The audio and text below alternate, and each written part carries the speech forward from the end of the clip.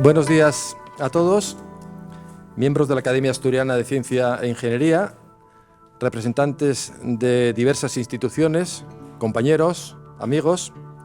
La Academia Asturiana de Ciencia e Ingeniería va a celebrar sesión pública solemne de apertura del curso académico 2024-2025. En primer lugar, tiene la palabra la secretaria de la Academia, la profesora María Ángeles Gil, para dar lectura a la memoria de actividades académicas del curso 2023-2024. Buenos días. Con casi 3 años de andadura, desde la publicación en el BOPA del decreto por el que se creaba la Academia Asturiana de Ciencia e Ingeniería, AACI, y se aprobaban sus estatutos, hacemos un breve resumen del balance del tercer curso académico 2023-2024. Reuniones de los miembros de la AACI. Los miembros de la AACI se han reunido en diversas ocasiones, además de en algunos actos y actividades que se mencionan posteriormente. En este curso se han celebrado 3 reuniones del Pleno, 3 reuniones de la Junta de Gobierno, 32 reuniones de la Comisión Ejecutiva y algunas reuniones de las secciones de conjunto simplificado. Actividades de la AACI en ese mismo curso, 2023-2024. Continuando con las primeras actividades que puso en marcha la AACI, se publicó el tercer número de la revista de la Academia correspondiente al año 2023, donde se incluyeron 4 trabajos, 2 realizados por miembros de la Academia y otros 2 por investigadores sobresalientes de la comunidad asturiana. Los trabajos publicados fueron los siguientes: el enlace químico, intrahistoria de un concepto emergente, escrito por el investigador y profesor de Química Física de la Universidad de Oviedo, Ángel Martín Pendas.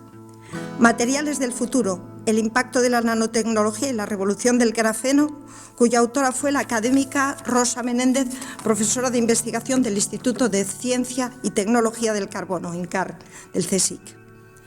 La ciencia con datos sin estadística, no, por favor, la estadística está y seguirá muy viva. Desarrollado, por mí misma, ¿vale?, de la profesora de la Universidad de Oviedo. La evolución cultural y del medio ambiente en el proceso evolutivo humano, realizado por el profesor de prehistoria de la Universidad de Oviedo, Marco de la Rasilla. La charla sobre la evolución cultural y del medio ambiente en el proceso evolutivo se presentó por su autor, Marcos de la Rasilla, el 2 de mayo en el Ateneo de Arenas de Cabrales.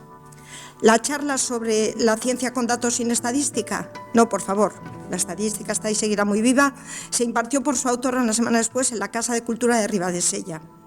El 16 de mayo, Ángel Martín Pendas se ocupó de la presentación de la charla correspondiente a su artículo El enlace químico intrahistoria de un concepto emergente en la Casa de Cultura Palacio de Omaña de Cangas de Narcea. Además, en su caso, y por primera vez se exploró la experiencia de impartir por la mañana del mismo día la misma charla en el Instituto Cangas del Narcea. La experiencia resultó muy positiva por la buena acogida y por cuanto supuso un acercamiento notable a los jóvenes, que es menos frecuente que asistan a otros espacios y a este tipo de actos. Por último, el 22 de mayo y en la Casa de Cultura de la Felguera, Rosa Menéndez se ocupó de exponer materiales del futuro, el impacto de la nanotecnología y la revolución del grafeno. O sea, todo ello, como siempre se está haciendo todos los años anteriores, que es que cada una de las publicaciones que se hagan dentro de la revista luego conllevan una charla. Este año, como dijimos, fueron en el mes de mayo, adelantándonos un mes respecto a años anteriores para garantizar que no estuvieran, pues, sobre todo los jóvenes, en época de muchos exámenes. Cada una de las charlas organizada y gestionada por la AACI ha contado con la colaboración de los ayuntamientos correspondientes y la asistencia de algunos de sus dirigentes. A todos ellos agradecemos su apoyo incondicional. De todas se realizaron grabaciones recogidas en el canal YouTube de AACI, que se pueden ver en los enlaces, en cuanto se entra en la página web aaci.es, se pueden ver los enlaces correspondientes. En este momento estamos muy próximos a que aparezca publicado el 4º número de la revista, el del año 2024, y como en el segundo y tercer números, incluirá 2 artículos de miembros de la AACI y otros 2 de científicos de reconocido prestigio, cuya investigación centrada en temas de muy alto interés se desarrolla en Asturias. A lo largo de este curso se han ido también consolidando las actividades que se incorporaron en 2022-23, a saber, participación de la AACI en la Semana de la Ciencia 2023, con un acto realizado el 16 de noviembre del 22 en el edificio histórico de la Universidad de Oviedo, el aula magna. En dicho acto y en reconocimiento a una contribución anual de excelencia investigadora, se invitó a Santiago Folgueras, investigador en física de partículas de la Universidad de Oviedo y líder de la ERC Starting Grant Intrepid, a impartir la conferencia 12 microsegundos para decidir. Como en 2022, se realizó la presentación del número 3 de la revista RACI, con la exposición por cada uno de los autores contribuyentes de un resumen de su trabajo. Convocatoria del segundo certamen de vídeos cortos sobre ciencia e ingeniería para estudiantes de ESO, bachiller y FP. Los vídeos de no más de 3 minutos de duración debían referirse al contenido de algunos de los trabajos publicados en el número 2 de RACI.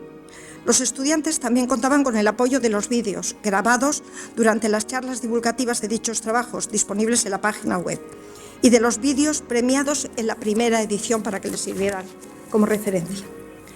La comisión de valoración seleccionó a los ganadores de dichos premios y su entrega tuvo lugar en un acto celebrado en el aula magna del edificio histórico de la Universidad de Oviedo el día 15 de mayo de 2024.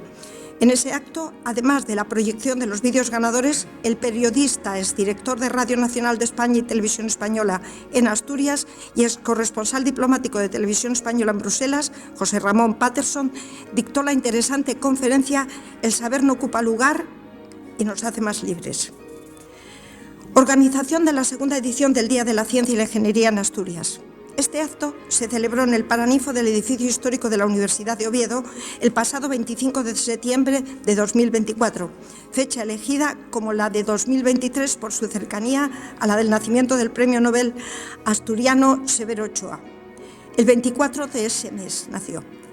Dentro de ese día se quieren reconocer las carreras investigadoras de excelencia en activo que se hayan desarrollado y siguen desarrollándose en su mayor parte en el Principado de Asturias con los premios a investigadores distinguidos.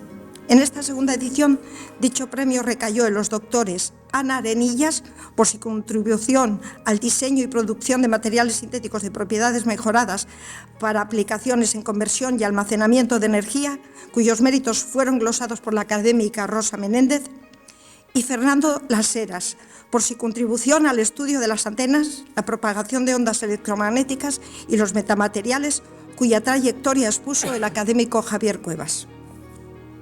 El acto contó además con la conferencia Tecnopersonas e Innovaciones a cargo del profesor Javier Echeverría Ezponda, académico de número de Jakiunde, Academia de las Ciencias, de las Artes y de las Letras del País Vasco, quien fuera investigador ikerbasque, catedrático de universidad y director del Instituto de Filosofía del CSIC. Actos principales de la ACI en el curso 2023-2024. En resumen, los actos principales que la Academia ha celebrado en el curso han sido el de la inauguración del 2023-2024, celebrado el 3 de noviembre de 2023, en este mismo escenario, y en el que se presentó un breve balance de las actividades desarrolladas, o sea, lo mismo que hoy. La profesora María Vallet Regí, quien fuera catedrática de Química Orgánica de la Complutense de Madrid y académica de número de las Reales Academias de Ingeniería y Farmacia, expuso la lección inaugural Biomateriales, ¿cuál es su futuro? El de toma de posesión como académico de número con la medalla número 5 de don Francisco Javier Cuevas Maestro, con el discurso El bosón de Higgs, el comienzo de una nueva era en física de partículas que tuvo lugar el 11 de abril de 2024, también en este Paraninfo de la Universidad de Oviedo. El discurso de ingreso recibió la contestación del vicepresidente de la ACI, don Francisco Javier Sebastián Zúñiga. Actividades de la ACI en el curso 2023-2024. En el apartado de noticias de la página web de la ACI se recogen otras actuaciones de interés, como la participación en el recientemente creado Consejo Asesor de la Fundación Caja Rural de Asturias para el emprendimiento de proyectos estratégicos para la región, o la recepción del Premio Mujer Asturiana 2023 de Onda Cero por la académica Consuelo Martínez y su ingreso como académico correspondiente en la Real Academia de Ciencias, así como las intervenciones de miembros de ACI en distintos foros y a través de entrevistas, mesas redondas, artículos en periódicos, etc. Patrocinio de la ACI para 2024.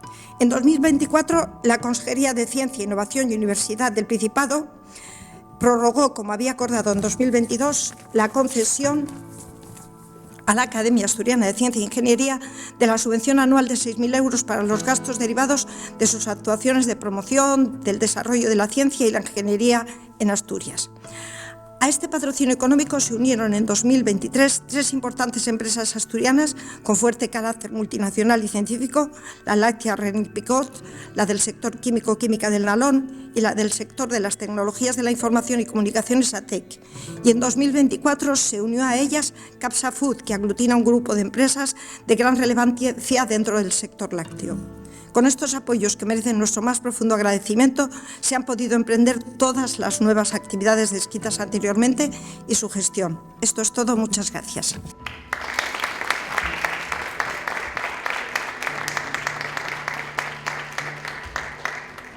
Quiero comenzar por el final, como en las películas in extremis, en que la narración empieza por el final. Como en Ciudadano Kane, el profesor Jaime Domínguez, que nos iba a impartir la lección inaugural, se encuentra bien. Hace 3 días se cayó durante un paseo, no sé si para comprobar la resistencia, la situación de fatiga, el impacto ante fisura en costillas de materiales que hace algunas décadas se fabricaron de forma aditiva, me parece. El profesor Domínguez, que no podrá estar aquí, es graduado por la Universidad de Sevilla, donde ha trabajado más de 40 años, siendo ahora profesor emérito, con más de 150 artículos, dirigiendo 25 tesis doctorales y siendo miembro del Consejo Editorial de varias revistas internacionales. Todo ello habiendo trabajado además en temas de fatiga de materiales, pero que parece no garantiza los episodios o accidentes. Veremos si facilita la recuperación. Con frecuencia, como saben, las funciones de algunos equipos pueden sustituirse momentáneamente por otro equipo hasta su reparación. Y tenemos la suerte de que un alumno de Jaime, el profesor Carlos Navarro, que me acompaña, también catedrático de Ingeniería Mecánica de la Universidad de Sevilla, ha podido acercarse, aún sin funcionar Amazon, aquí en Asturias, y estar aquí presente para exponer la presentación que habíamos anunciado. Carlos se doctoró en la Universidad de Sevilla en el año 2005, es autor de 46 artículos científicos en revistas internacionales, miembro del comité editorial de la revista International Journal of Fatigue y director de la cátedra de empresa Hitachi Energy. Su interés investigador se centra en el estudio del desgaste, la fatiga de elementos metálicos fabricados aditivamente y la fatiga por fricción a temperatura ambiente y alta temperatura. Carlos, cuando quieras puedes exponernos la lección inaugural.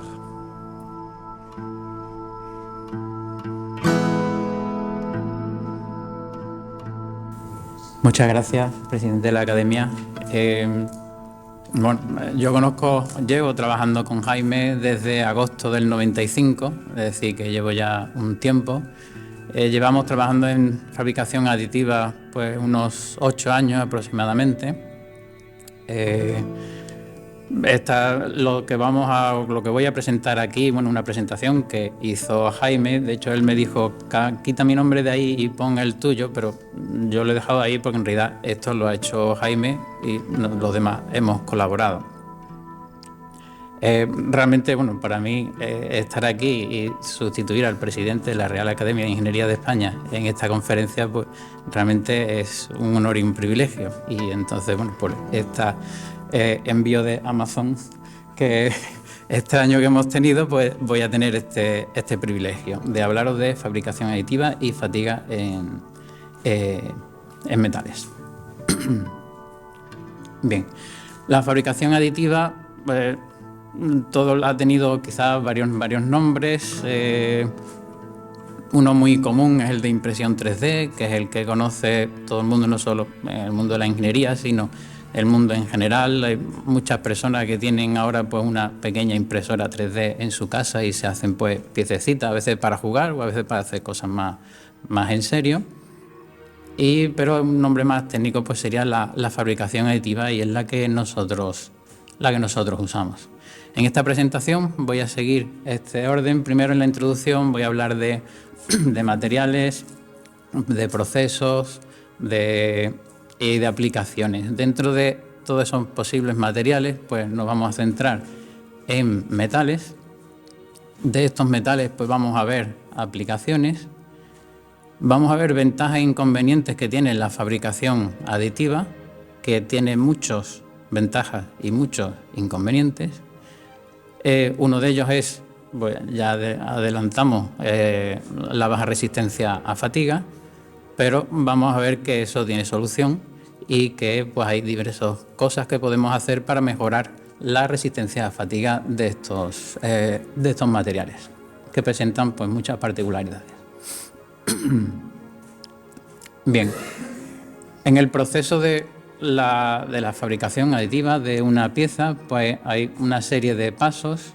El primero he puesto puede que optimización topológica, porque a veces se usa y a veces no. A veces directamente fabricamos una pieza tal cual, pero a veces buscamos una optimización para reducir peso principalmente.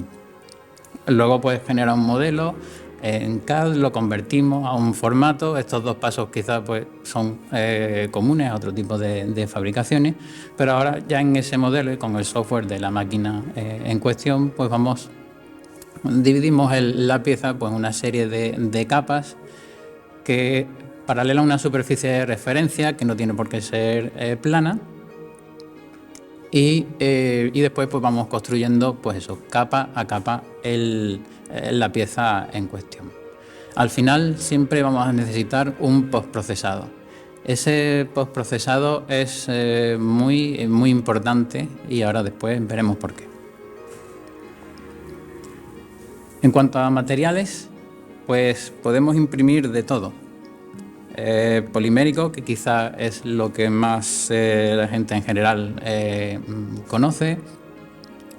Podemos imprimir también metales, que en el fondo es lo que vamos a ver hoy. Podemos imprimir desde piezas chicas como de pequeño tamaño, como esa que vemos ahí en la imagen, o como por ejemplo la que yo llevo en el llavero de la llave de mi casa, que tiene así pues una forma muy guapa, como diríais aquí, pero esto en realidad es un aberbotellas muy caro, hecho de titanio por fabricación aditiva y aplicando optimización topológica. En fin, esto es de un curso que hicimos, pues nos regalaron esto. Pero bueno, podemos hacer estas cosas con fabricación aditiva. Cosas pequeñas o también cosas muy grandes, como ese rotor que estamos viendo en la imagen. Evidentemente las técnicas con una y otra van a ser distintas, pero podemos hacer esas cosas.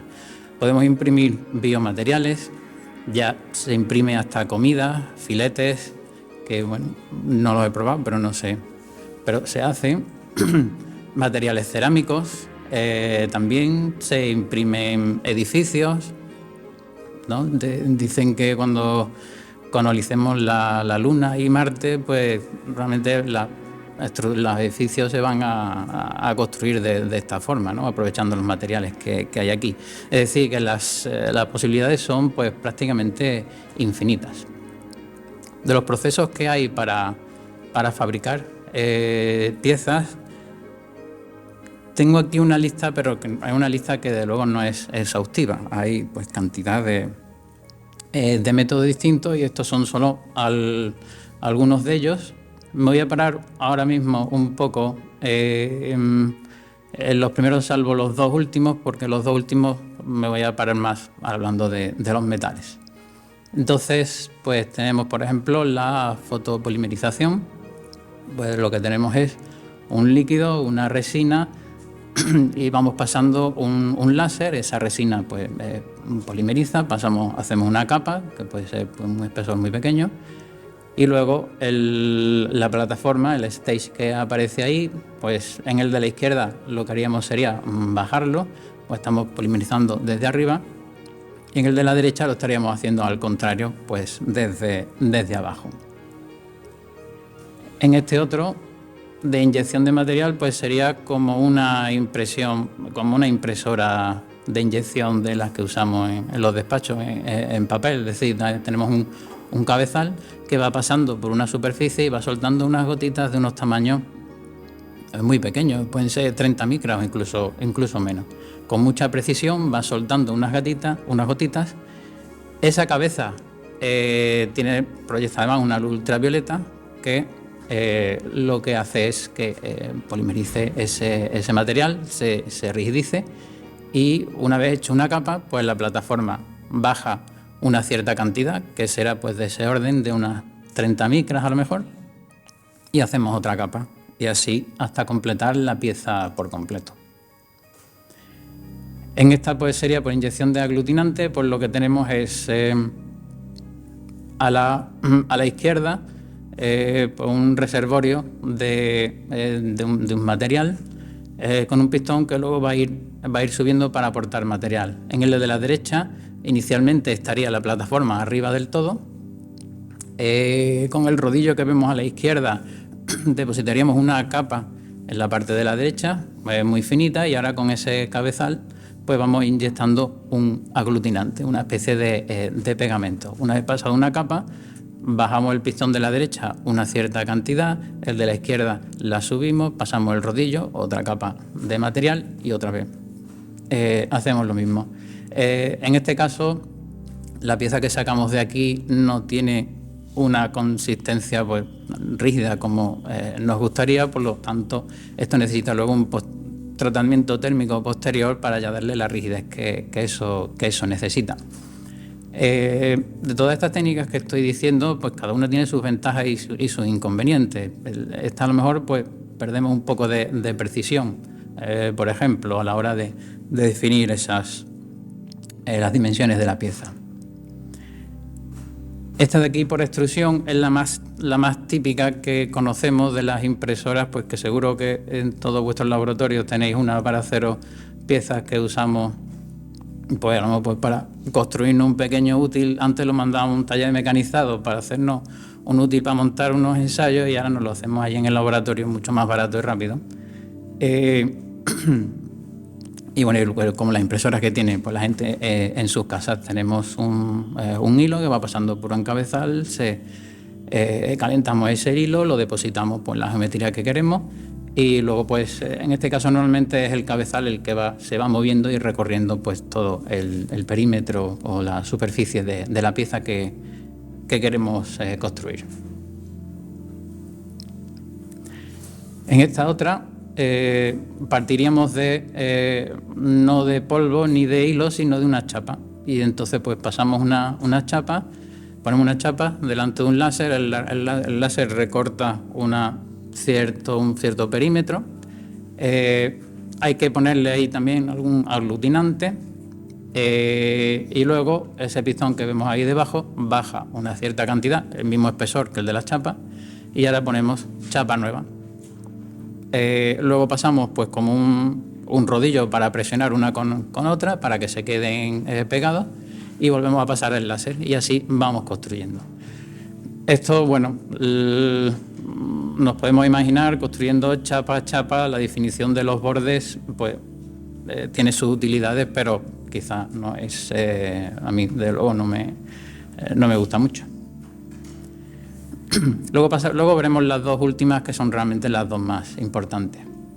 En esta transparencia lo que vemos es el mercado de las máquinas de todos estos tipos que hemos estado viendo, pues el mercado por volumen, donde vemos que el principal es el de las máquinas de impresión en metales.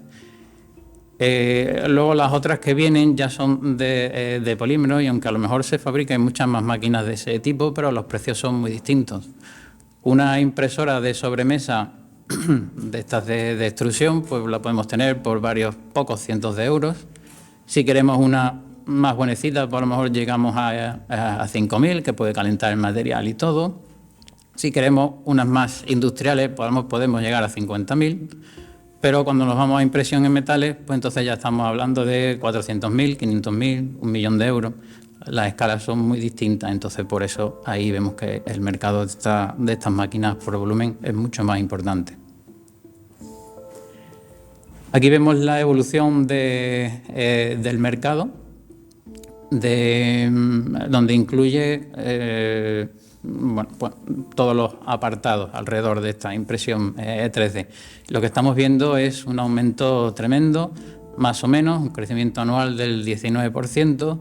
Si ahora estamos en el 2024 y nos vamos 10 años atrás, al 2014, pues vemos que se ha multiplicado por 7 el volumen.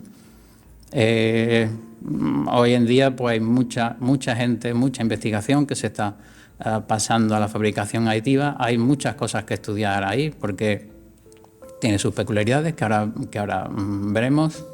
Yo creo que bueno, Iba a decir, ¿todo el mundo debe tener una máquina de estas? No, pero quizás todas las universidades creo que deberían tener máquinas de estas porque las aplicaciones son tremendas y nos vendrían muy bien.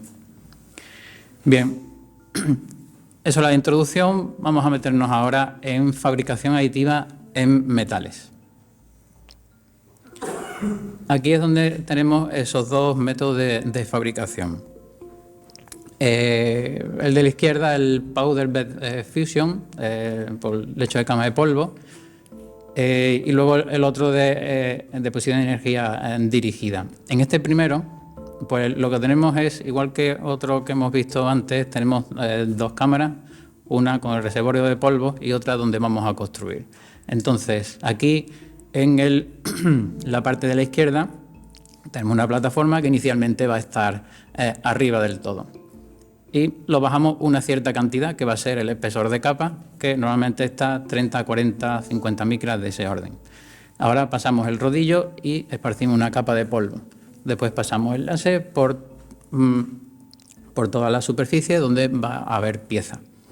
Después baja una cierta cantidad el pistón, volvemos a esparcer polvo, volvemos a pasar el láser y así hasta construir la pieza entera. En ese proceso de lo que está pasando ahí el láser cuando impacta con el polvo, todo eso es algo bastante complicado. Se forma lo que llaman una melting pool, una piscina fundida, donde ahí está pasando de todo, hay salpicaduras, hay luego enfriamiento, unas partes se enfrían antes que otras, una distribución de tamaño de granos tremenda, tensiones residuales, es decir, lo que está pasando ahí es bastante complicado. Y luego, pues claro, se traduce en cosas que vamos a ver después. La fuente de calor puede ser un láser, puede ser un haz de electrones. Las piezas que vamos a fabricar en este tipo de máquinas suelen ser pequeñas. Las cámaras son, pues a lo mejor, digamos, el volumen de fabricación, por lo menos de 30 a 40 centímetros, pero no más. Es decir, que vamos a hacer piezas muy pequeñas, pero vamos a tener mucha precisión. Podemos tener precisión de la décima de milímetro. En este otro tipo, pues lo que tenemos, voy a enseñar de este Directed Energy Deposition, voy a enseñar dos tipos. En este caso tenemos un cabezal donde va llegando polvo, tenemos una fuente de calor, funde ese polvo y se va depositando sobre una superficie. En la otra que voy a enseñar es a través de un hilo. El caso es que con esta pues vamos a ir pasando ese cabezal por los sitios donde queremos ir construyendo nuestra pieza. Eso nos va a permitir hacer piezas mucho más grandes, y que ahora veremos fotografías. Nos va a permitir, por ejemplo, incorporar un cabezal de este tipo en un centro de mecanizado y por lo tanto hacer las dos cosas a la vez. Mecanizar algo y sobre eso depositarle material, o al contrario, depositar material y luego mecanizar una parte. Podemos incorporar este cabezal en el extremo de un brazo robot y entonces construir cosas de una complejidad mucho mayor. Decir que tiene unas ventajas que la otra no tiene, pero en cambio ahora vamos a ver cómo queda la superficie, que es un estado mucho peor, y entonces normalmente necesita de un mecanizado posterior para mejorar esa superficie. Este sería el caso de un hilo que se va aportando. Bien, la materia prima, pues el polvo, hilo, la fuente de calor, al láser, haz de electrones, arco eléctrico. Aquí aparecen una gran cantidad de siglas, EBM, EBAM.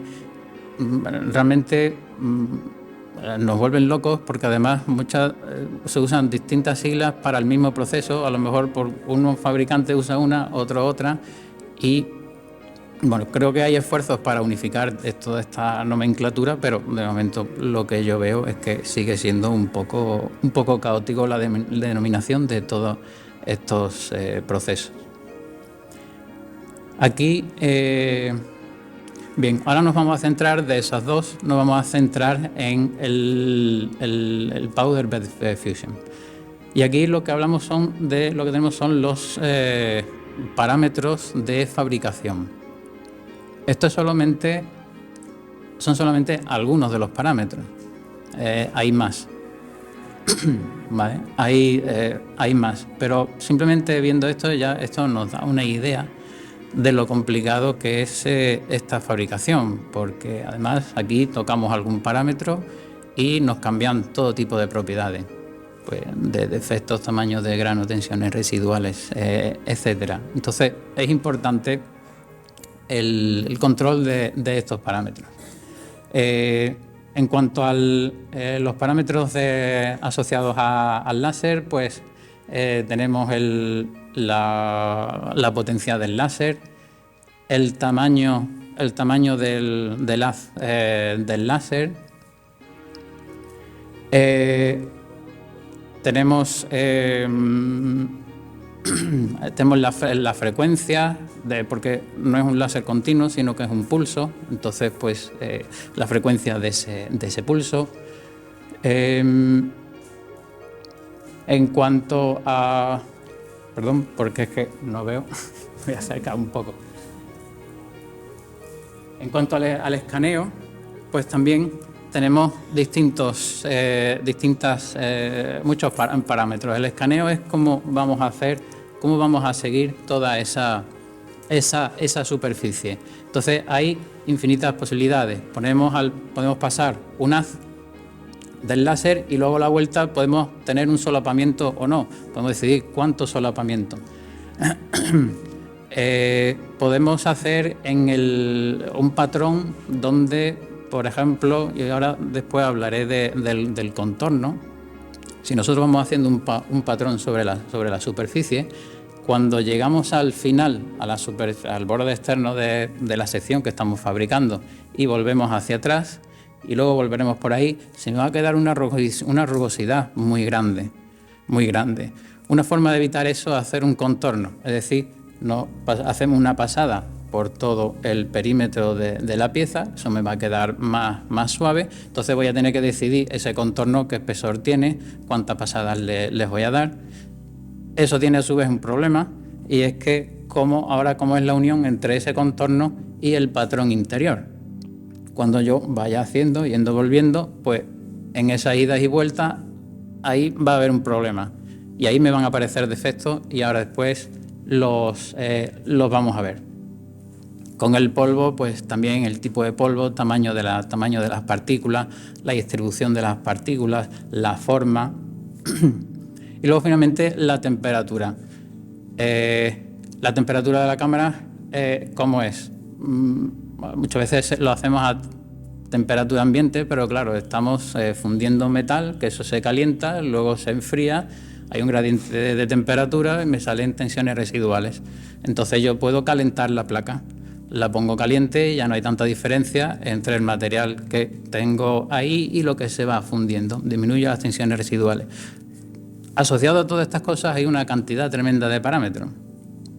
De forma que si pues incluso dos máquinas, cada una en un laboratorio, si en uno deciden cambiar una cosa, ya las piezas que salen pues no son las mismas. Y eso tiene consecuencias, luego mencionaré. Aplicaciones como ya he dicho antes, en realidad las aplicaciones son prácticamente infinitas. En esta imagen pues vemos a la izquierda una hélice de un barco hecha por la de energía dirigida, la DED. Eso me deja una superficie exterior muy mala, que en realidad la podemos ver abajo a la derecha, que es por el mismo método. Entonces es como si, a mí me recuerda como las golondrinas cuando hacen su nido, que van pues dejando ahí un poquito de barro líquido que luego solidifica, entonces van dejando pegotitos y al final tiene una superficie exterior que no es que tenga rugosidad, es que tiene una ondulación. Y eso, pues, bueno, para la fatiga, pues ya sabemos que eso es terrible. Tenemos ahí cantidad de concentradores de tensión. Entonces, claro, pues tenemos que mecanizar la superficie como estamos viendo en la hélice, ahí abajo a la izquierda. Bueno, eso aún así, aunque primero la fabricamos de esa forma y luego mecanicemos la superficie, pues tiene sus ventajas al final constructivas. En el mundo aeroespacial, pues tenemos aquí varios ejemplos. En la parte de arriba lo que vemos es, arriba a la izquierda, una pieza aeronáutica pues servirá para transmitir fuerzas de un sitio a otro. Hay una serie de puntos de conexión. Y con la fabricación aditiva lo que podemos hacer es reducir peso. Sabemos que en la aviación el peso pues tenemos que minimizarlo todo lo posible. Entonces, pues con la fabricación aditiva podemos hacer cosas como fabricar de una sola pieza cosas que antes eran en realidad varias, unidas con remache o con tornillos. La unión entre piezas sabemos que dan problemas, luego nos evitamos ese tipo de problemas. Y luego con la optimización topológica pues podemos conseguir formas como la que hay por arriba a la derecha, que son formas pues muy esbeltas. Bueno, y aquí también entra aparte un poco el arte del ingeniero, porque lo que sale del programa ni mucho menos es eso, es mucho más feo. Y entonces pues ahora uno tiene que saber eso, cómo está funcionando, y entonces empezar a quitar por aquí, suavizar por allá, hasta que consigue algo con sentido. En la figura del medio están superpuestas las dos, entonces estamos viendo la gran reducción de peso que podemos conseguir de esta forma. Bueno, el rotor que estamos viendo abajo, es decir, que tenemos aquí una gran ventaja. El problema está, y ahora después lo veremos, que el mundo aeroespacial pues no se ha lanzado tanto a la fabricación aditiva como otros, porque claro, las consecuencias de un fallo son mucho más graves que en otros sectores, y lo que vamos a ver es que en fatiga de este tipo de materiales tenemos una gran dispersión, y sobre todo porque, y lo fundamental creo yo, que lo que haga alguien en un laboratorio en un sitio con su máquina, aunque sea la misma, pueden salir cosas muy distintas. Entonces, ¿cómo certifica uno eso? Es una locura, pero bueno, ahí se van haciendo cosas. En automación, pues también tenemos este ejemplo de la conversión de lo que tenemos a la izquierda, que hay una serie de piezas, pues la estamos convirtiendo en lo que hay a la derecha, que es una sola. En este caso quizás no se está ahorrando material, pero lo que sí es que tener una sola pieza es mucho mejor que tener unas cuantas unidas, de la forma que sea.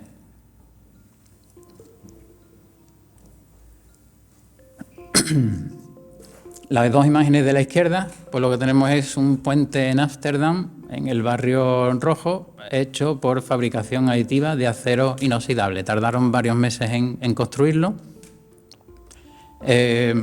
Aquí, pues, más bien algo artístico, de ahorro de material y ese tipo de cosas. Aquí no importaba, pero claro, tiene una forma, cosas que de una fabricación normal pues no podemos conseguir.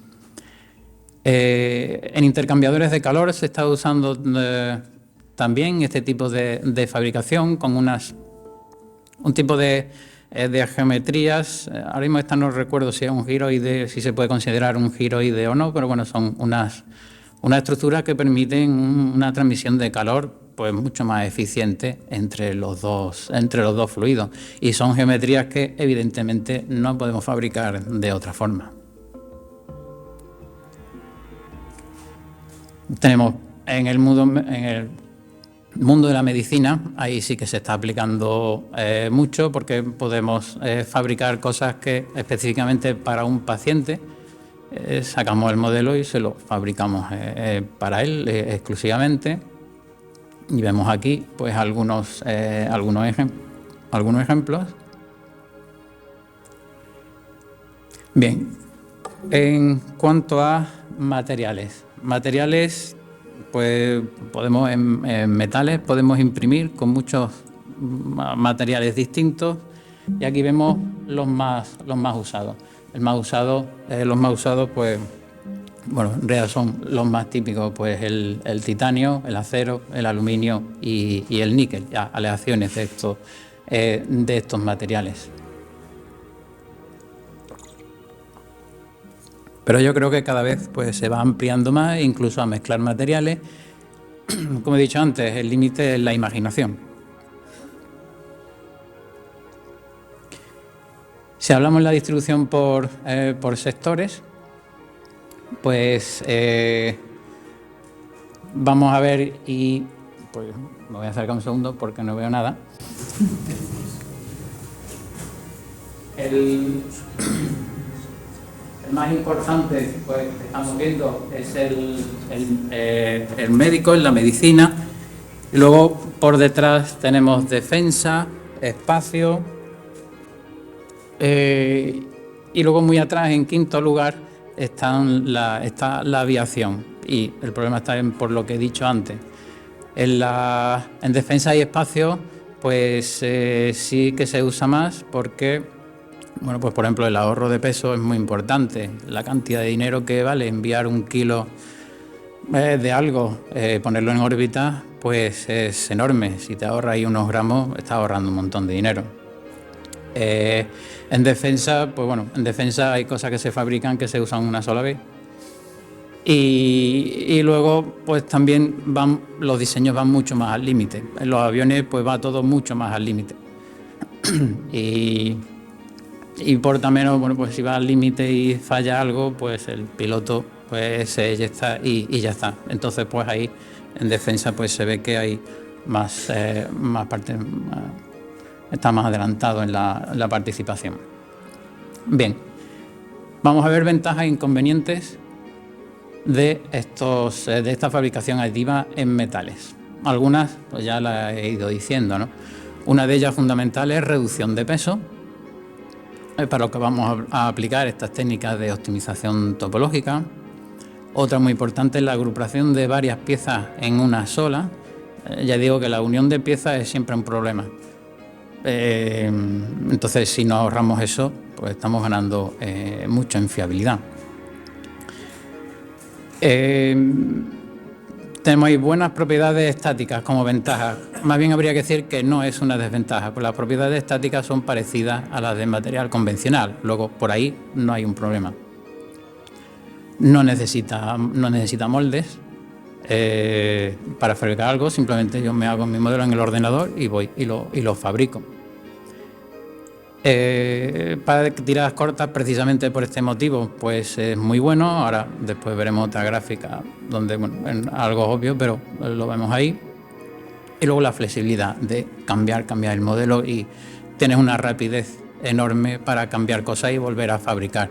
De otra forma, pues tenemos que fabricarnos útiles o moldes, tardaríamos mucho más tiempo.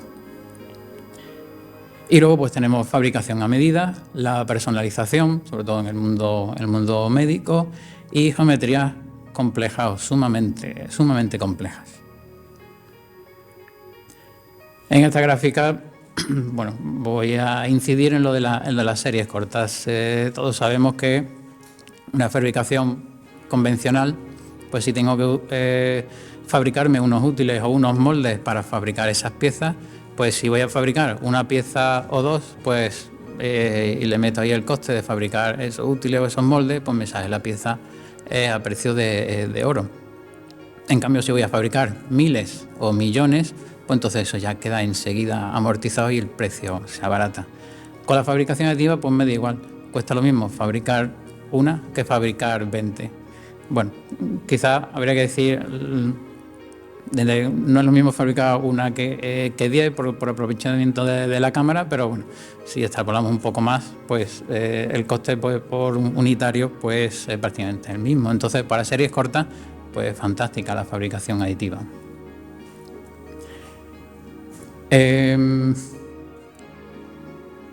Inconvenientes.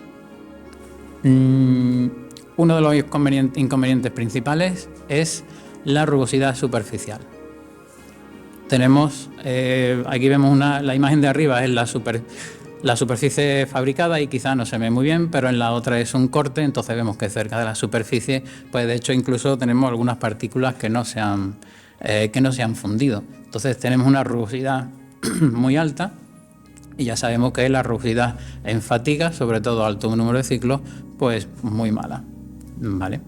Entonces eso es un inconveniente, un problema que tendremos que resolver después. Defectos internos. En defectos internos diferenciamos entre dos tipos, falta de fusión y poros. Aquí lo que estamos viendo en la imagen de arriba es un ensayo nuestro en titanio, y lo que estamos viendo ahí es el defecto que inició el crecimiento de grieta y el fallo de la probeta. Entonces estamos viendo incluso pues eso, bolitas de polvo del material. Eso que estamos viendo ahí pues directamente es como tener una grieta en mi pieza, por lo tanto en cuanto empiece a aplicar una carga, esa grieta pues seguramente empiece a crecer. Y en la figura de abajo tenemos un corte donde vemos ahí esa parte negra que sería el defecto de la falta de fusión. Vemos incluso esa geometría que son estas piscinas de fusión que se forman cuando vamos pasando el láser. Las podemos ver ahí. En otras imágenes podríamos ver el tamaño de grano, pero bueno, aquí no las tenemos.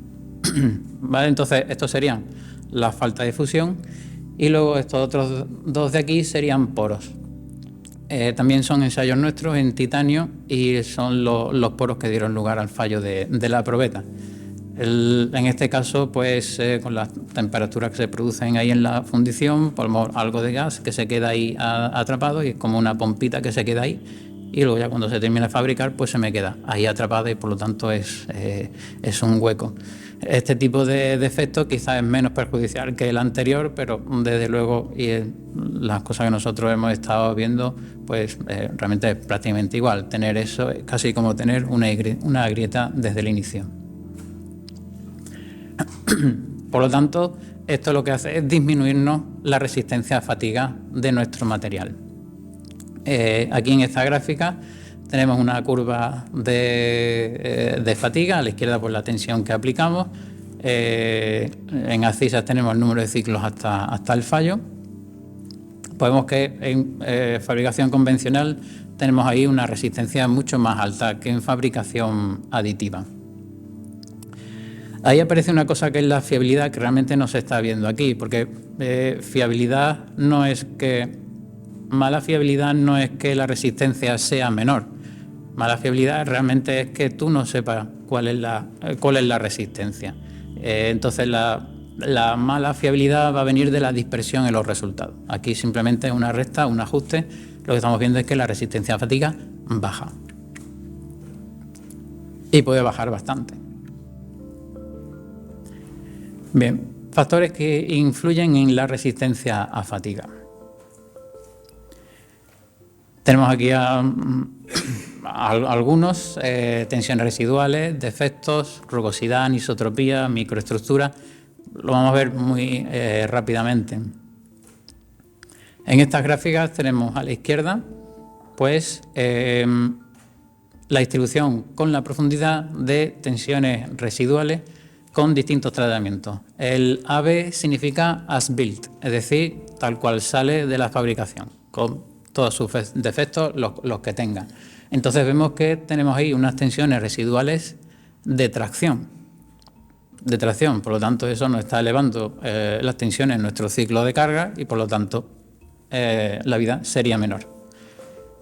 Luego vemos que si le damos un tratamiento térmico, pues esas tensiones residuales bajan. Esto ya nos está diciendo una cosa, y es porque ahora voy a pintar una película horrible, esto es un desastre, esto no vale para nada, pero luego vamos a poner las soluciones, ¿vale? Una de las soluciones es tratamiento térmico, que está pues casi obligado cuando tú fabricas una pieza por fabricación aditiva, darle después un tratamiento térmico, porque las tensiones residuales las vas a tener siempre simplemente de la forma en la que has fabricado, es como en una soldadura, ¿no? Que tú aportas el material, eso está caliente, se enfría, le impide los movimientos y pues tensiones residuales de tracción. Y luego además eso sería simplemente para quitar ese fenómeno, pero luego ya que estamos pues podemos hacer otras cosas para mejorar la vida a fatiga. Entonces, por ejemplo, tenemos tratamiento SP, sería un shock spinning, y el HT más SP para un shock spinning más un tratamiento térmico. Ahí introducimos tensiones residuales de compresión, por lo tanto aumentamos la vida. A la derecha lo que vemos es que con la orientación las tensiones residuales también cambian. Luego, esto también es una fuente de anisotropía. ¿Los defectos de qué dependen? Pues de todas estas cosas y más que no están puestas, ahí. Entonces, a todo este tipo de cosas habrá que prestarle atención para mejorar la resistencia a fatiga. Simplemente por poner un par de ejemplos, pues tenemos aquí la dependencia de la velocidad del haz del láser, la velocidad con la que vamos haciendo ese patrón.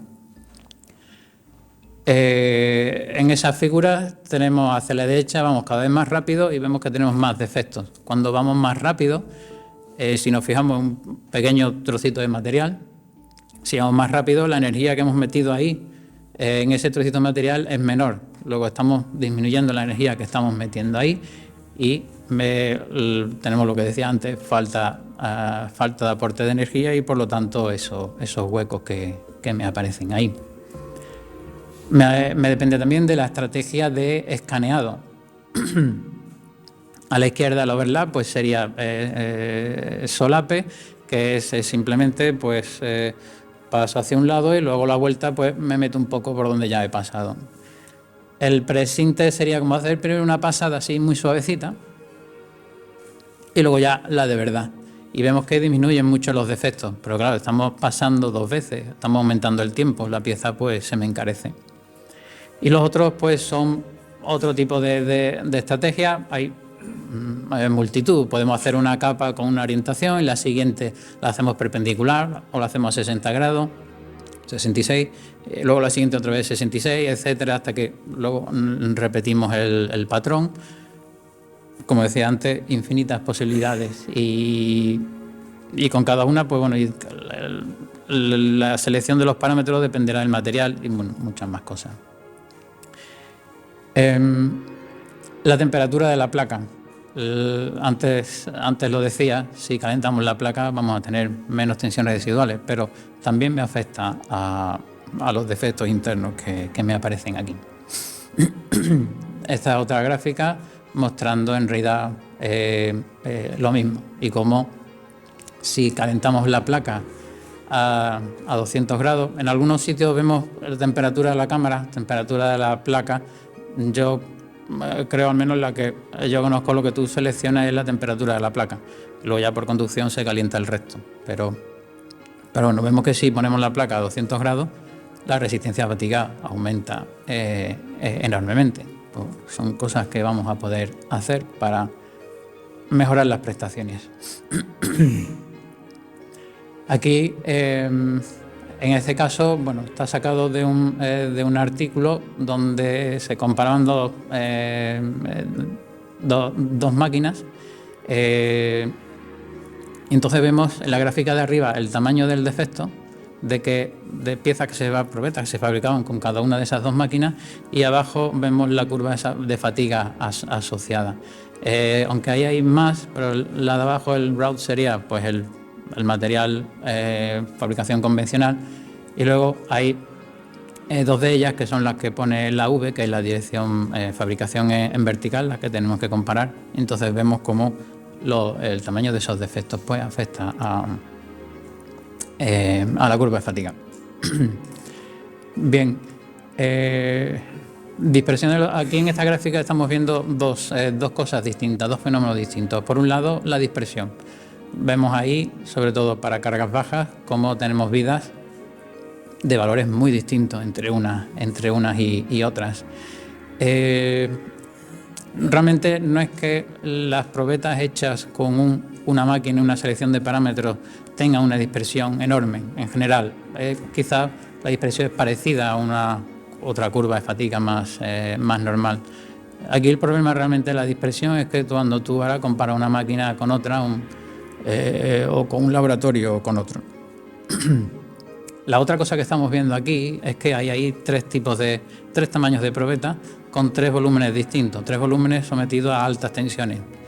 Y lo que podemos ver ahí, una tendencia, es que a mayor volumen, menor es la vida a fatiga.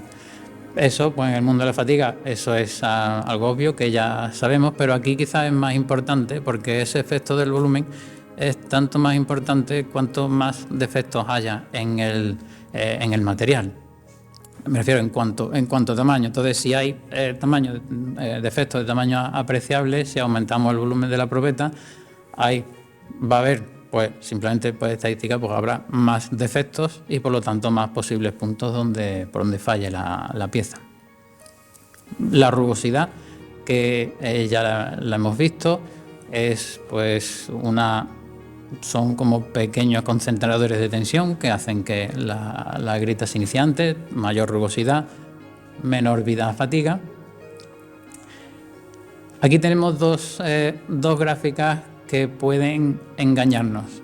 En la de arriba tenemos dos grupos de ensayos donde tenemos uno dice as built, es decir, tal cual sale de la fabricación, y el otro mecanizado, es decir, que hemos mecanizado la superficie, no es que la probeta se haya hecho por mecanizado. Y vemos que la curva de fatiga son iguales. En la de abajo, en cambio, vemos que el mecanizado tiene una resistencia mucho mejor que la línea negra, está por arriba. Entonces, aparte de que son contradictorias, la de abajo a lo mejor nos puede engañar y decir el mecanizado es bueno, mecanizar la superficie es bueno.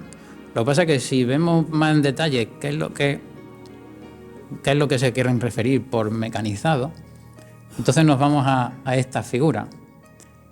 En la de la izquierda se corresponde con la de aquí arriba, donde no cambiaba la curva.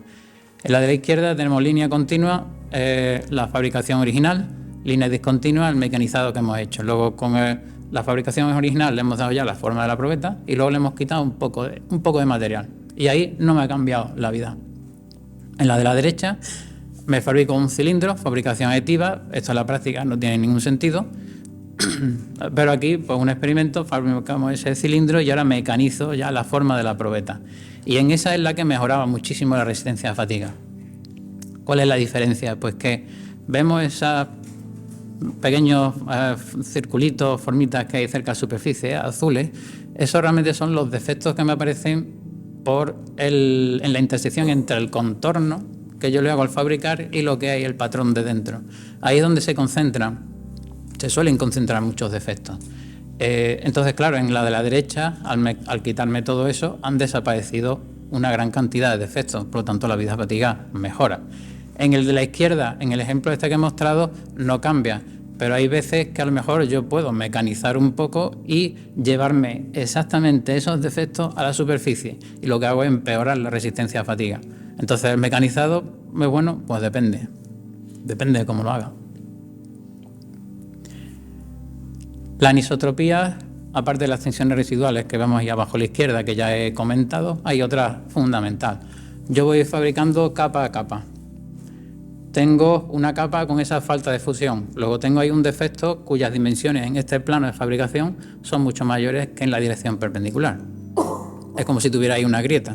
Pues si yo esto lo ensayo así a fatiga, directamente tengo ahí una grieta, la resistencia es mucho mayor que si lo ensayo, como vemos ahí a la derecha, con la grieta aquí, y ahora yo tiro horizontalmente. Ahí, en teoría, idealmente, prácticamente no se debería enterar de nada, ¿vale? Entonces, cambia la resistencia en una dirección respecto a la otra. Resistencia a fatiga, la estática no, la estática es prácticamente igual. Aquí tenemos algunos ejemplos de esa diferencia entre la dirección vertical y las otras direcciones.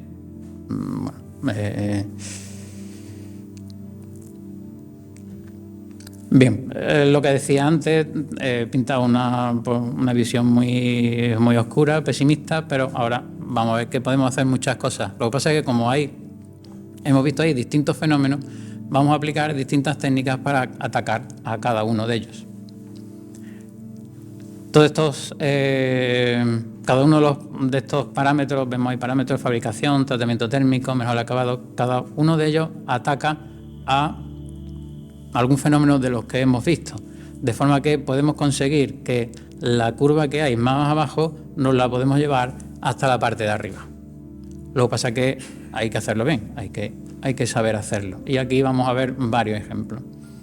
Por ejemplo, pues con el tratamiento térmico, que eso ya ha salido antes, pero la curva roja es as built, tal como sale de la fabricación, y la otra tenemos un tratamiento térmico. Con ahí lo que estamos haciendo es quitarnos las tensiones residuales de tracción. Con la rugosidad, en la figura lo que estamos viendo es para un material con distintos tratamientos. Vemos el 1 sería as built, el 2 sería torneado, el 3 sería esmerilado, etcétera, hasta el último, el 5, que es pulido. Entonces vemos en la gráfica, abajo tenemos rugosidad superficial y en vertical resistencia a fatiga para una carga determinada. Entonces vemos cómo si disminuimos la rugosidad superficial, aumentamos enormemente la vida a fatiga. Y a la izquierda tenemos pues, una serie de tratamientos que podemos aplicar. Como siempre, los 3 puntitos significa que hay muchos más, pero al final pues, pueden ser tratamientos mecánicos, químicos, combinados entre ellos, con los que mejoramos la superficie. Bien, pero yo he dicho antes, tenemos rugosidad superficial y tenemos defectos internos. Veremos que normalmente para altas cargas la rotura se produce por grietas que salen de la superficie y para cargas bajas o vidas altas tienden a salir desde el interior. Entonces, para atacar cada uno de esos dos problemas tengo que hacer cosas distintas. Para las grietas que salen de la superficie, pues hemos visto antes suavizar la superficie. Para las que salen desde el interior, pues una opción sería el HIP, el Hot Isostatic Pressure. Metemos esto en una cámara con unas presiones altísimas y una temperatura alta, de forma que conseguimos cerrar esos poros o parte de esos poros que tenemos en el interior. ¿Vale? Si las roturas se me producen por la superficie, el HIP no me vale de nada. Si las roturas en mi pieza se producen desde el interior, pues mejorar la superficie no me vale de nada.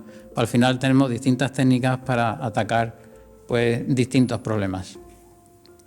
Este es comparación del HIP. Aquí tenemos un caso y este es nuestro. Esto es en titanio, porque el HIP, por ejemplo, pues no funciona igual de bien en todos los materiales. En este caso, por ejemplo, pues tanto en bruto, que sería el as built, como con el HIP, la curva de fatiga no le pasa nada. ¿Por qué? Pues en este caso es que realmente las grietas estaban saliendo de la superficie. Entonces, por mucho que cierre poros internos, pues en este caso daba igual. Aquí tenemos otro caso donde sí que estamos mejorando mucho la resistencia a fatiga. Aquí tenemos un caso donde partimos abajo de as built, vemos que aplicamos un HIP y no me cambia nada. Seguramente eso significa que sean grietas, que las grietas se inician desde la superficie. Si aplicamos un pulido, nos llevamos la curva hacia arriba, la estamos ya mejorando. Ahí ya seguramente vamos a tener fallos tanto de la superficie como desde el interior. Y si ahora aplicamos un HIP, además del pulido, vemos que la parte de la izquierda de la curva prácticamente es igual, que corresponde a grietas que salen desde la superficie, pero la parte de la derecha, que son grietas que salen desde el interior, gracias al HIP, pues hemos mejorado mucho la resistencia. Aquí tenemos más ejemplos, combinando pues mecanizado, tratamientos térmicos, pero voy a pasar un poco más. Hay otra forma en la que no atacamos los defectos que hay, sino simplemente le damos una tensión residual de compresión, que siempre sabemos que en fatiga es bueno. Entonces, pues hay muchos tratamientos distintos. Ahí está el barrel finishing, el ultrasonic pinning. Podemos pensar en todas las combinaciones de todos estos apellidos mezclados entre ellos, pero el caso es generar tensiones residuales de compresión en el interior. Aquí, por ejemplo, pues en esta figura es nuestra, ensayos nuestros.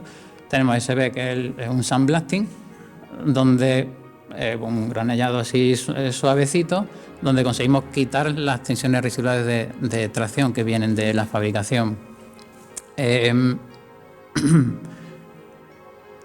Bien, en este caso tenemos algo de compresión, pero muy poco. El sandblasting es casi algo recomendado. hacer sí o sí. Y luego tenemos el shock pinning, combinación del shock pinning con case, que es un tratamiento comercial que mezcla un tratamiento superficial, un chemically assisted, no me acuerdo qué más, es algo comercial. Con el láser pinning, que es otro tipo de tratamiento superficial para generar tensiones residuales de compresión, podemos incluso disminuir los poros cerca de la superficie, como estamos viendo en esta gráfica. En esta otra estamos comparando esos mismos casos que hemos visto y cómo mejoramos la curva fatiga pues con el shock pinning más case. Y en este otro lo que tenemos es a la izquierda fatiga simple, a la derecha fatiga con entalla, con los mismos distintos tratamientos que he mencionado antes, y lo estamos separando. Tenemos los símbolos sólidos, son fallos producidos por grietas que se iniciaron en la superficie, y los abiertos se iniciaron en el interior. Vemos esa tendencia que hay para vidas altas que se generan en el interior. Vemos cómo al aplicar pues, esos tratamientos de shock pinning mejoramos mucho la vida, pero hasta cierto punto. Para vidas muy altas pues ya me da igual, porque el shock pinning actúa hasta una cierta profundidad. Más allá, los defectos que haya, no puedo hacer nada con ellos. Luego, para vidas muy altas todo eso se junta. Y luego además nosotros hemos podido relacionar el cuándo se produce un fallo y otro, más o menos a través del umbral de crecimiento, comparando con el factor de intensidad de tensiones, pero bueno, eso todavía está ahí un poco en pañales. Y las conclusiones, pues en realidad las voy a dejar aquí. Bueno, hay 2 páginas de conclusiones, pero muy rápidamente y por terminar ya, la fabricación aditiva nos permite hacer cosas que antes no nos imaginábamos. Por tanto, tienen muchas ventajas, tienen una serie de inconvenientes, pero esos inconvenientes los podemos solventar con distintos tipos de tratamiento. Hay un tema todavía fundamental, que es la fiabilidad, la normalización y el poder definir procesos que le sirvan para todo el mundo, y entonces decir, pues si yo hago esto me sale este material con estas propiedades. Y eso todavía pues no hemos llegado. Y con esto he terminado. Muchas gracias.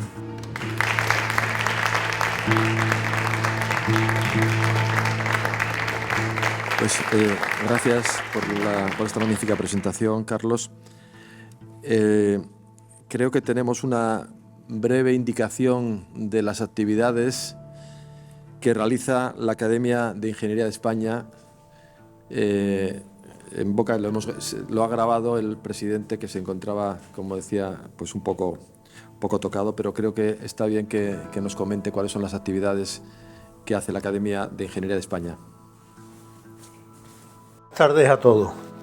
Mi nombre es Jaime Domínguez, soy presidente de la Real Academia de Ingeniería. En primer lugar, quiero agradecer a la Academia Asturiana de Ciencias e Ingeniería la invitación que me ha hecho para dar la lección inaugural del curso 2024-2025. Desafortunadamente, tuve un pequeño percance el pasado lunes, del que resultaron fisuradas 2 costillas, produciéndome problemas de movilidad, por lo que los médicos me aconsejaron una semana de reposo, impidiéndome viajar a Oviedo, como era mi intención. Con el visto bueno de la Academia, le he pedido a Carlos Navarro, catedrático de Ingeniería Mecánica y miembro de mi grupo de investigación desde hace casi 30 años, que me sustituya. En cualquier caso, el presidente de la Academia me ha pedido que antes de la lección inaugural hiciera una breve presentación de la Real Academia de Ingeniería y sus actividades, y eso me propongo hacer en este momento.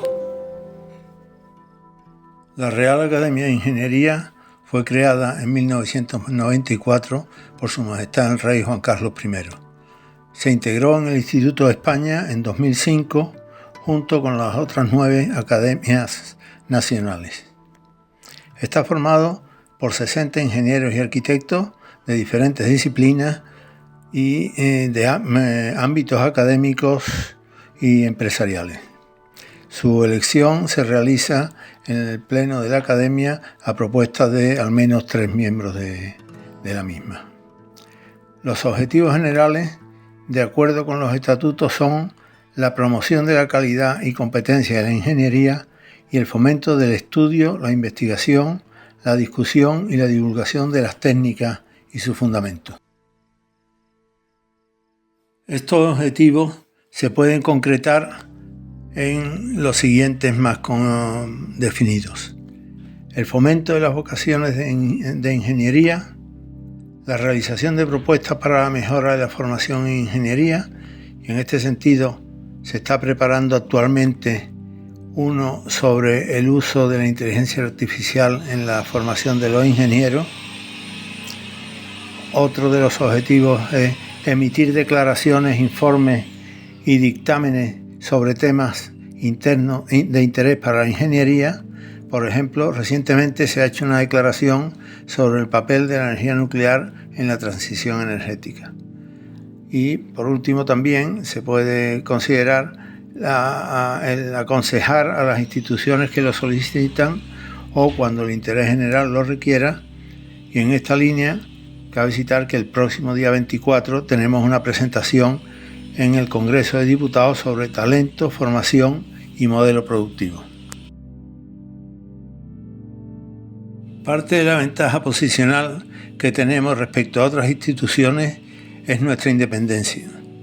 Formalmente estamos bajo el alto patronazgo de Su Majestad el Rey y por eso nos resulta más fácil hacer de puente entre empresas, administración y universidad. Estos objetivos intentamos conseguirlos a través de una serie de actividades que se desarrollan a lo largo del año. Una de las actividades, como ya he indicado anteriormente, es la organización de jornadas sobre temas de interés. En la transparencia se muestra un ejemplo de la jornada sobre incendios forestales realizada el pasado 15 de octubre. Normalmente en estas jornadas participan académicos y otros expertos en el tema que no tienen por qué ser académicos. Ya sea como resultado de esas jornadas o de estudios realizados por académicos o a propuesta de algún académico, se realizan publicaciones de diversa índole. Se muestran tres ejemplos. Uno es el libro escrito por el académico Javier Aracil sobre ingeniería, otro es el resultado de una jornada sobre materias primas minerales en la transición energética y otro el resultado de un proyecto en zonas rurales de África desarrollado por la academia.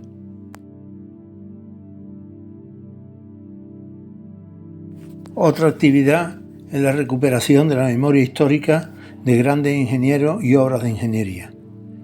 Pueden incluirse en este apartado los homenajes realizados a Betancourt, Jorge Juan, o Luis Adaro y Jerónimo Ibrán, o también los homenajes a las médulas, que es una gran obra de la ingeniería de mina en la época de los romanos, o el puente de Alcántara.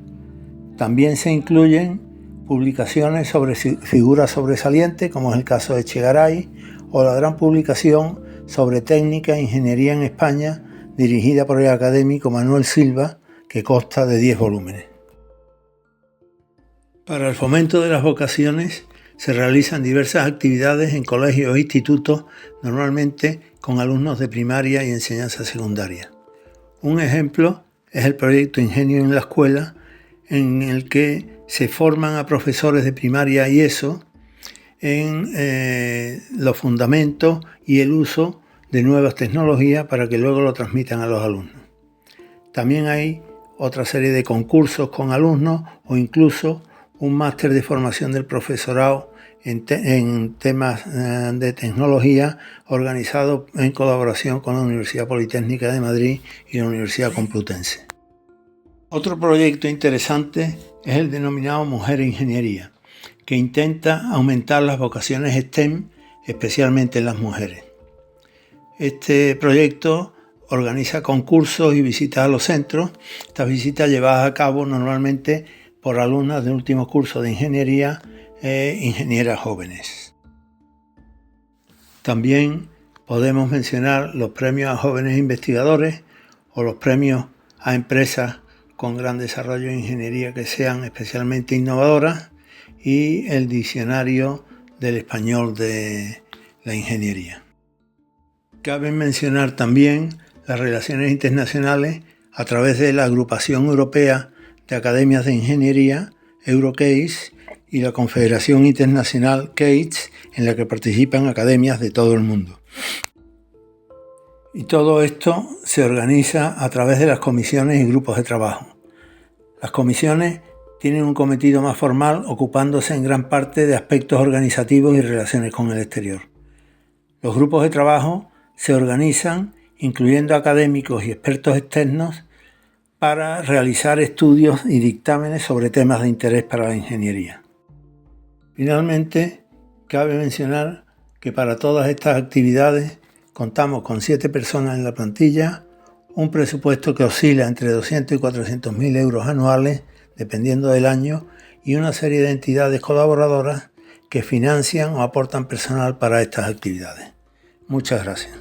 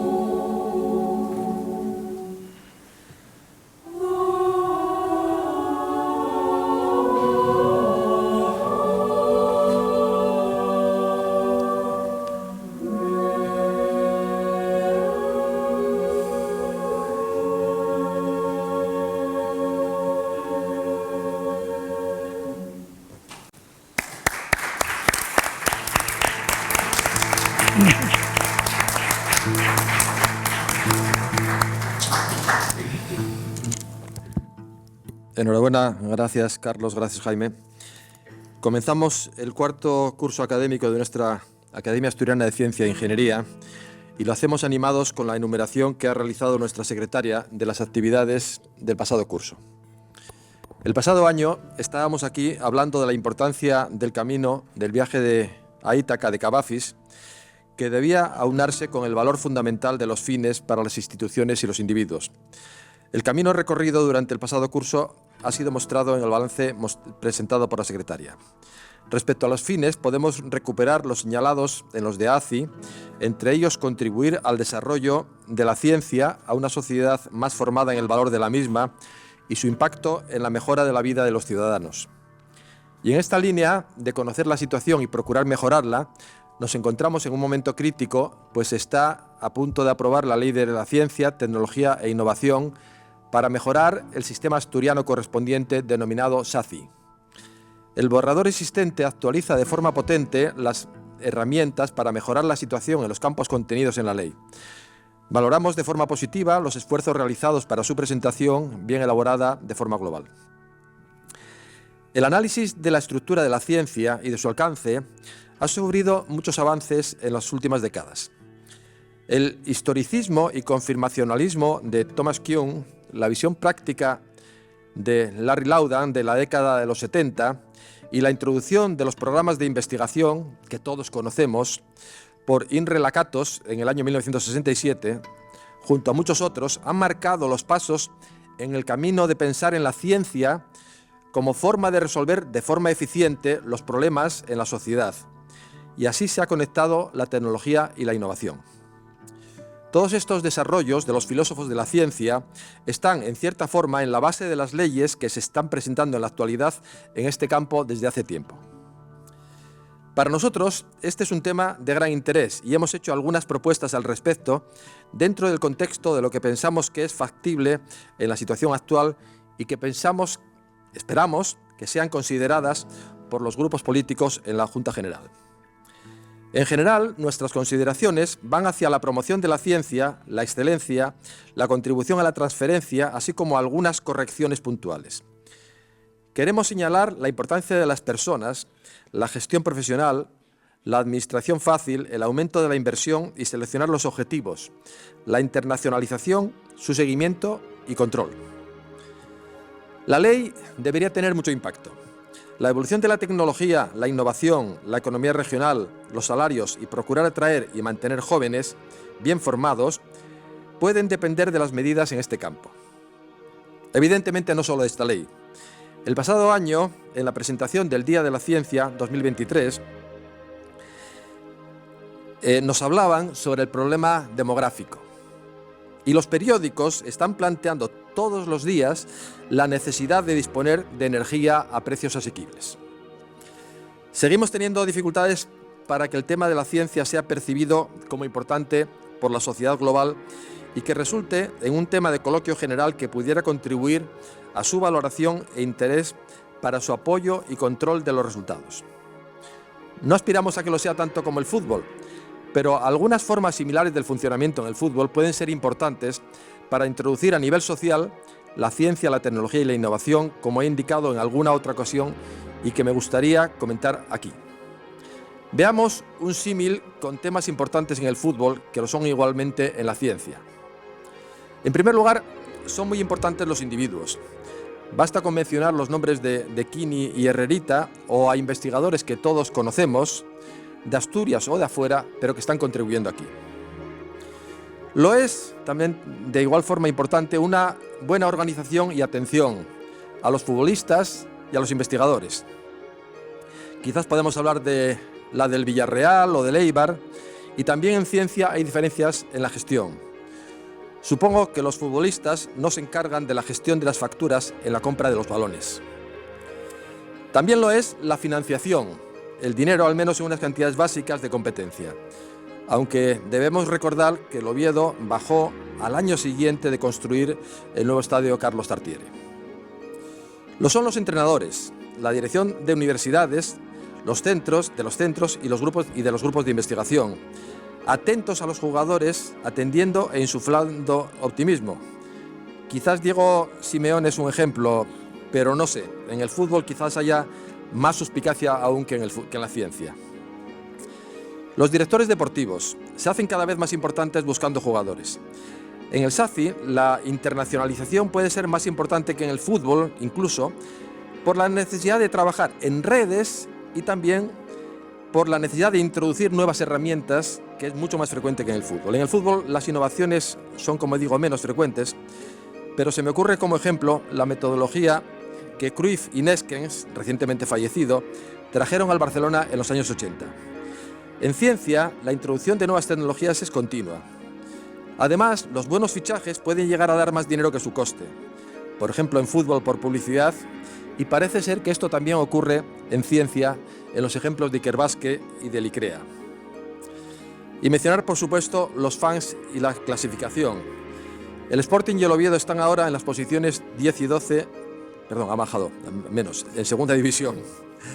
Para el Sistema en Ciencia, Tecnología e Innovación, SACI, está previsto el Observatorio Asturiano de Innovación, OAI, en relación con la información científico-tecnológica de la región, además de los datos del Instituto Nacional de Estadística, a quien habrán de enviarse datos buenos.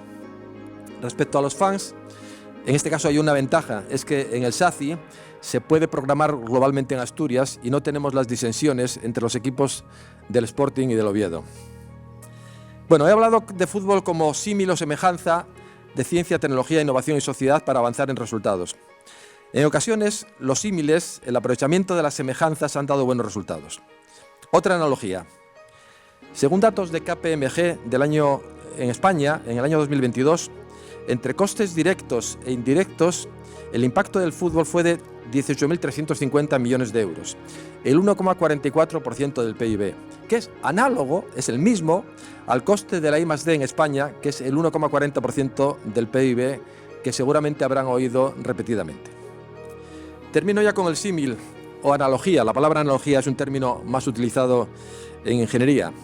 Seguro que todos ustedes han buscado distintas formas de acercamiento de la ciencia y la ingeniería a la sociedad. Consideren también analizar esta semejanza y seguro para procurar mejorarla. Finalmente ya, otra vez, gracias a Carlos y a Jaime por el tratamiento de un tema de interés muy actual para la preparación de materiales metálicos con los problemas que se presentan y con importantes aplicaciones que se han señalado en el mundo actual regado por consideraciones de sostenibilidad. Solamente ya invitarles dentro de un mes a la presentación de nuestra revista, junto con la entrega del Premio a la Contribución Científica Anual dentro de la Semana de la Ciencia. Gracias a todos ustedes por su interés, patrocinadores, colaboradores, amigos.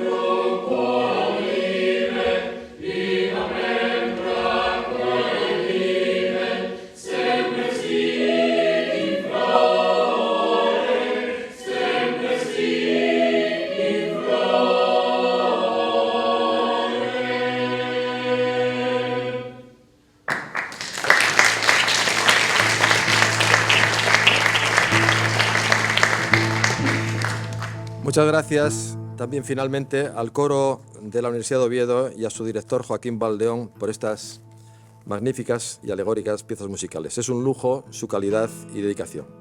Queda inaugurado el curso académico 2024-2025 de la Academia Asturiana de Ciencia e Ingeniería. Se levanta la sesión.